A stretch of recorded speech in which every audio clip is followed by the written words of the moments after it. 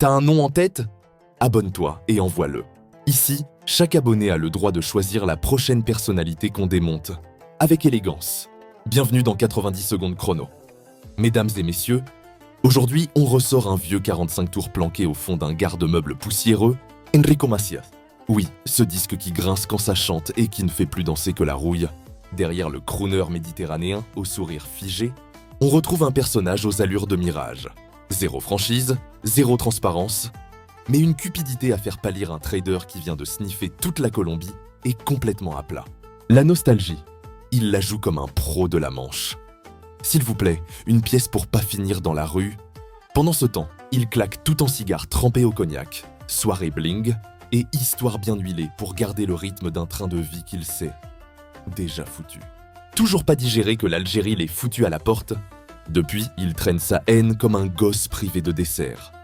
Aigri, boudeur et incapable de passer à autre chose sans faire sa crise.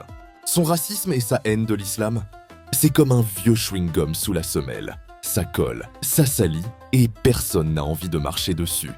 Ses sorties islamophobes, c'est pas une idée, c'est un petit crachat sec, comme un moustique qui veut boxer un train.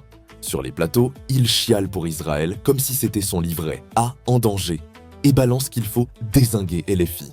Il parle commando, mais il recharge son argumentaire avec des larmes. Mode Rambo au micro, mode Playmobil décompose une question. Gros, t'arrives déjà pas à accorder ta guitare?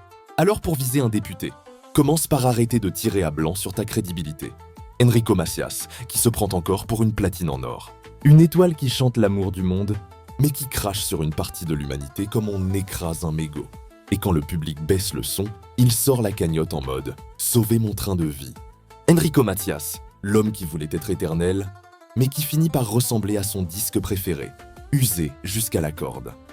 Alors dites-moi, qui écoute encore Enrico Macias? Abonne-toi, lâche un like et partage vite. Ici, on fait pas dans la tendresse, mais dans la vérité qui pique.